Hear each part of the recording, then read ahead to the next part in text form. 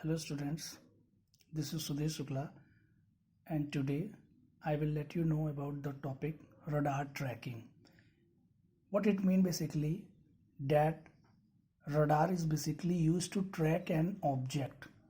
As we know and have also discussed earlier that by using radar technology we can know many things about a moving target or an stationary target or any type of object that means by using radar we can know the presence of a target or an object and few of the parameters related to that an object.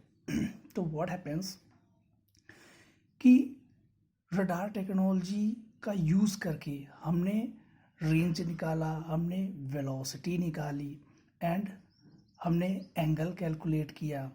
तो ये जो तीनों parameters थे इनके through ही हम किसी object को track कर पाएंगे. And what it is written here that a radar not only recognizes the presence of a target but it determines the target location in range and in or two angle coordinates. मतलब उस object के presence के साथ साथ उसके location को भी track कर पाएंगे हम किसकी सहायता से, रडार टेक्नोलॉजी की हेल्प से.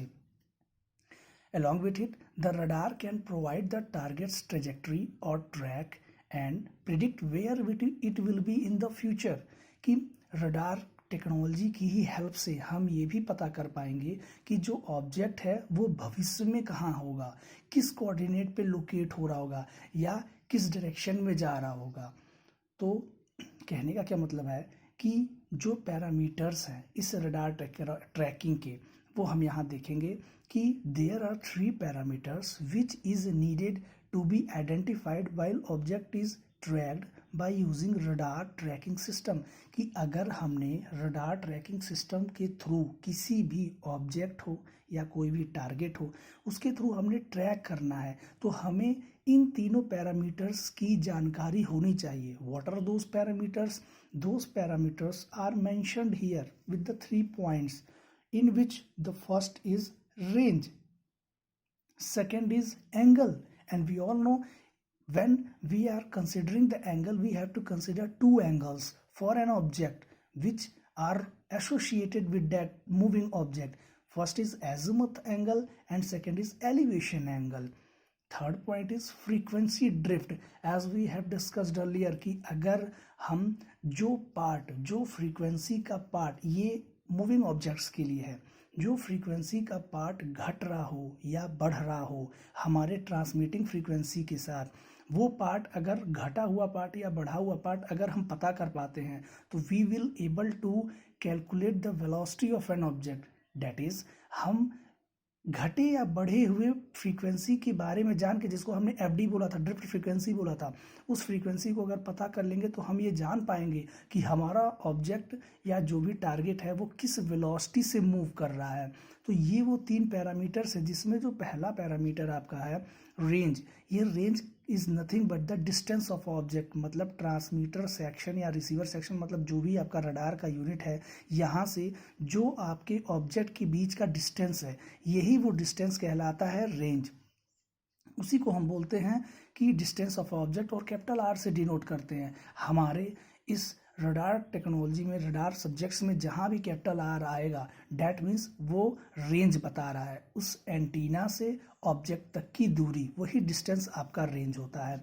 फिर दूसरा जो हम बात करते हैं एजिमथ एंगल और एलिवेशन एंगल, मतलब एंगल्स की. अगर हम जान पाए रडार टेक्नोलॉजी की सहायता से कि एंगल्स की वैल्यू क्या है तो उसके थ्रू हम जान पाएंगे कि डायरेक्शन क्या होगा ऑब्जेक्ट का. क्योंकि ये तीनों वो पैरामीटर्स हैं जिनकी सहायता से, जिनकी वैल्यू होते हुए ही हम ट्रैक कर पाएंगे किसी ऑब्जेक्ट को, क्योंकि इसी वजह से मेंशन किया गया कि पैरामीटर्स ऑफ रडार ट्रैकिंग. फिर थर्ड जो पैरामीटर आपका फ्रीक्वेंसी ड्रिफ्ट, जिस पे हमने चर्चा की कि एफडी अगर हम निकाल पाएंगे तो हमें फॉर्मूला पता है FD equals to 2 VR/λ.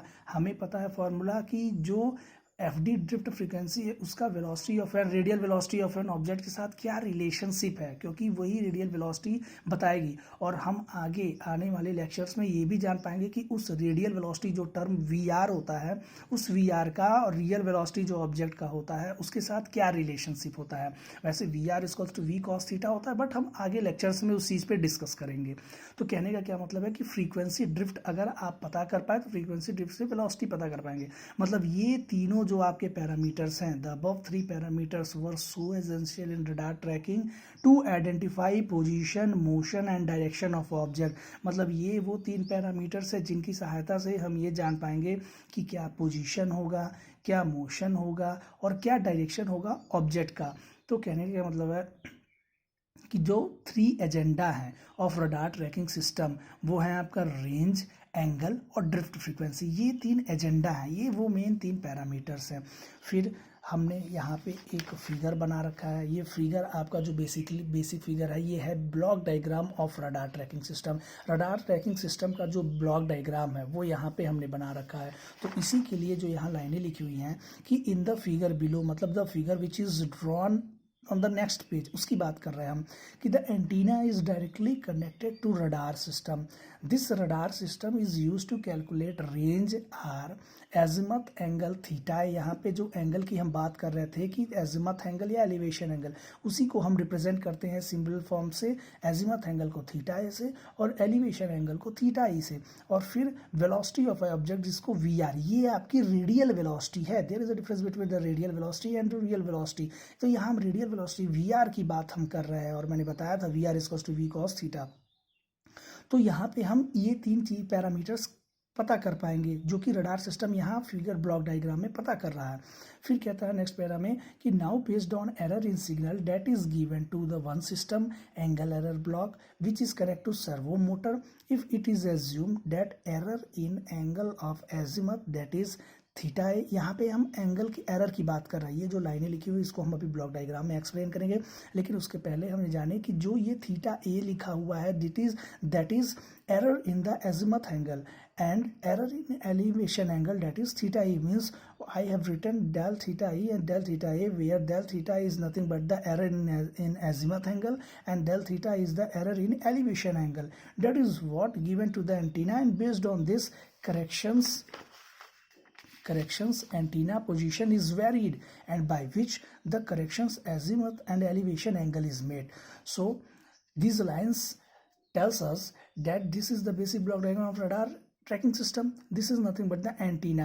Here this antenna is connected with this radar unit. This is a single unit and this whole figure is a complete system. This is a tracking system and the radar unit is a part of this system. So what happens कि this antenna is directly connected to the radar unit. What this radar actually do? This radar is used to know, this radar help us to know the value of a range, theta a, theta e and VR as we have discussed. So now the signal coming from the antenna is given to the angle error. This is also a system. What it do? It basically gives the error regarding the angles of theta a or theta e, that is del theta a and del theta a. These values when produced or given as an output to the angle error system, this is given to the servo motor. And based on this error correction, the servo motor is programmed in such a manner that it gives instruction to this antenna and this antenna moves in the direction based on this error values. कहने का क्या मतलब है कि यहाँ पे let suppose हमने एक टारगेट को कंसीडर किया। अब ये टारगेट को कंसीडर किया कि ये टारगेट जो ये हमने ग्राउंड बनाया, अब ये टारगेट हम देखते हैं कि ये टारगेट लेट सपोज मोशन में है, ये मूव कर रहा है। तो हम कहते हैं कि एंटीना पे जो सिग्नल्स रिसीव्ड हो रहे थे ये सिग्नल्स यहाँ आते हैं और रडार में जाते हैं, रडार से एंगल एरर में जाते हैं। तो पहले केस में हम ऐसा एज्यूम कर लेते हैं कि लेट सपोज कुछ ना कुछ एरर रहा होगा, तो एरर रहा होगा तो एंगल एरर ने वो एरर जनरेट किया। जनरेटेड एरर जो है वो यहाँ पे सर्वो मोटर को जाता है। अच्छा, एरर क्यों आया? क्योंकि एंटीना का जो एक्सिस था वो ऑब्जेक्ट के अलोंग नहीं था। तभी एरर आ रहा था। इसको हम ट्रैकिंग सिस्टम के मेथड से और डिटेल में समझेंगे आगे। फिर क्या होता है कि जब यहाँ पे जो एरर आता है उसके अकॉर्डिंगली सर्वो मोटर को जो इंस्ट्रक्शन जाता है, सर्वो मोटर वही इंस्ट्रक्शन इस एंटीना को देता है। अब ये एंटीना उसके अकॉर्डिंगली अप और डाउन मीन्स वर्टिकली मोशन करे या हॉरिजेंटली मोशन करे, ये इसके एरर पे ही बेस्ड होता है। तो क्या होता है कि अगर हम वर्टिकल के करस्पॉन्डिंग इस ऑब्जेक्ट के, अगर ये सपोज ऐसे है तो इस ऑब्जेक्ट के अगर ऐसे एंगल की हम बात करेंगे, वर्टिकल एंगल्स की बात करेंगे, तो वो एंगल आपका एलिवेशन एंगल होगा। और अगर हम ऐसे हॉरिजेंटली एरिया स्वाइप करें, ऐसे अगर हम थीटा को कंसिडर करें, तो वो आपका एजिमथ एंगल होगा। तो उसी को ग्राउंड के सरफेस के अलॉन्ग, मतलब अगर हम ऐसे एरिया एंगल कंसिडर कर रहे हैं तो एजिमथ एंगल की बात कर रहे हैं, और अगर हम ऐसे एरिया एंगल की कंसिडर कर रहे हैं तो वो हम एलिवेशन एंगल की बात कर रहे हैं। तो जैसे एरर कुछ निकल के आता है वो मोटर को जाता है और यहाँ पे वो इंस्ट्रक्शन जाता है, एंटीना उस डायरेक्शन में होता है और फिर उस ऑब्जेक्ट को उस एक्सिस के अलॉन्ग ले आता है और उसकी डिटेक्शन हो जाती है। और डिटेक्शन होने से हम क्या पता कर पाएंगे, एंगल, क्योंकि रेंज के लिए हमें कोई समस्या नहीं है, क्योंकि रेंज अगर कैलकुलेट करना हो तो for the two way propagation we all know that speed is equals to distance upon time, and speed here is considered as the velocity of light because EM wave is used to. उसके बाद फिर जो distance की बात होता है, we take it as a 2r, we have discussed in our previous videos. और time हम लेते हैं कैपिटल T। तो from there if we have to calculate the r, that will be c into T/2। यहाँ से हम range निकाल लेते हैं, कोई समस्या नहीं है। ये मोशन में है, फ्रीक्वेंसी जितनी भी होती है, फ्रीक्वेंसीज जितने चेंज होते हैं उसके अकॉर्डिंगली हम फ्रीक्वेंसी कैलकुलेट कर लेते हैं, फ्रीक्वेंसी वेलोसिटी आ जाता है। मतलब कहने का ये है कि अगर तीनों जो ये r थीटा ये VR है, ये अगर इनकी हम जो वैल्यूज़ है अगर वो हम बाय यूजिंग रडार टेक्नोलॉजी या ये सिस्टम का यूज़ करके कर लिए, तो हम ये जो ऑब्जेक्ट बना हुआ है, जो मैंने ड्रॉ किया हुआ है ऑब्जेक्ट या टारगेट, इसको हम इसकी ट्रेजेक्टरी ड्रॉ कर पाएंगे और हम ये जान पाएंगे कि आने वाले समय में इन फ्यूचर ये टारगेट किधर जा रहा होगा। ये टारगेट इधर से ऐसे निकल जाएगा, ये टारगेट इधर से नीचे चला आएगा, या ये टारगेट इधर चला जाएगा, ये टारगेट ऐसे घूम के वापस चला जाएगा। तो जो फ्यूचर में ये टारगेट की जानकारी है वो इन पैरामीटर्स को कैलकुलेट करके हम पता कर पाएंगे। और यही बातों को यहाँ लिखता है कि these corrections were received by the radar and this radar system through angle error gives to servo motor. Servo motor will change physical orientation of antenna. What I have told you कि according to this errors servo motor will change the orientation of this antenna, जिससे कि जो errors create हो रहे हैं, क्योंकि ये एक तरह से हम देखते हैं फीडबैक सर्किट है, ये एक तरह से फीडबैक सर्किट है। और हमें पता है कि जो फीडबैक सर्किट किसी भी सब्जेक्ट में, किसी भी डोमेन में अगर हम फीडबैक सर्किट यूज़ करते हैं या कहीं भी टर्म फीडबैक आता है, even though in the colleges also कि फीडबैक आता है, तो कहीं ना कहीं उस फीडबैक का हमें मतलब ये है कि हम उसमें आए हुए एरर को रिड्यूस कर रहे हैं। तो यहाँ पे ये क्लोज लूप सिस्टम ही है जहाँ फीडबैक हम लेते हैं, क्योंकि ये एरर हम पहले केस में एज्यूम करके चले थे, नहीं आता एरर मतलब एंटीना से ये ऑब्जेक्ट क्लियरली डिटेक्ट हो पा रहा है और एंगल हम जान पा रहे हैं। लेकिन अगर इसमें कोई ना कोई एरर आ रहा है तो उस एरर को हम करेक्ट करेंगे। वो कैसे करेंगे, by the physical orientation of the antenna by which both corrections were done.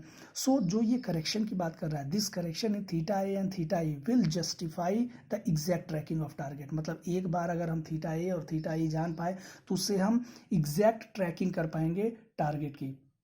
और जो ट्रैकिंग मेथड्स होते हैं, जो रडार के ट्रैकिंग मेथड्स होते हैं वो 3 होते हैं, सीक्वेंशियल लॉबिंग, कोनिकल स्कैनिंग और मोनोपल्स।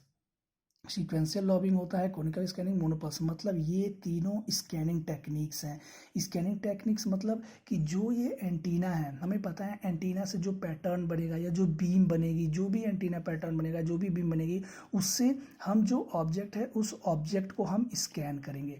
और ऑब्जेक्ट को स्कैन क्यों करना है, क्योंकि हमें उस ऑब्जेक्ट को ट्रैक करना है। देखिए जो टर्म है ट्रैकिंग बेसिकली मतलब होता है कि हम फॉलो कर रहे हैं, क्योंकि जब तक आप किसी ऑब्जेक्ट को फॉलो नहीं करेंगे, जब तक कि उसको ट्रैक नहीं करेंगे, तब तक आप अनुमान नहीं लगा पाएंगे कि ये ऑब्जेक्ट कहाँ मूव कर सकता है। जैसे हम किसी को अगर फॉलो कर रहे हों, किसी को भी हम फॉलो कर रहे हैं, चाहे अपने किसी हायर अथॉरिटी को फाइल कर रहे हैं या लोअर अथॉरिटी फाइल कर रहे हैं, या किसी भी अपने पड़ोसी को किसी को फॉलो कर रहे हैं, मतलब उसको हम क्या कर रहे हैं, कॉन्टीन्यूसली ट्रैक कर रहे हैं। हम जानना चाह रहे हैं कि वो आने वाले समय में वो क्या कर रहा है, उसकी क्या मूवमेंट है। तो वही सेम फंडा जो है वो ट्रैकिंग का यहाँ पे रडार यूज़ करता है। वो जानना चाहता है, क्योंकि ये जो क्राफ्ट है, ये क्राफ्ट कोई भी हो सकता है, वेदर इट मे बी फो और आवर एनिमी और आवर फ्रेंड।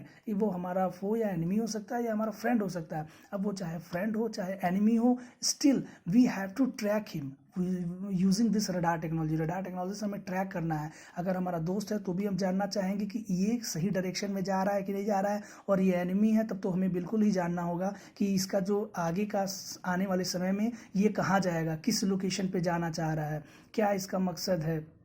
तो ये सारा जो ट्रैकिंग है वो हम किसका यूज़ कर करेंगे, रडार ट्रैकिंग सिस्टम का यूज़ करके। और वही उसी चीज़ के लिए, रडार ट्रैकिंग के लिए हम ये तीनों मेथड्स को यूज़ करेंगे, और तीनों मेथड्स को हम समझेंगे कि what this method actually tells us.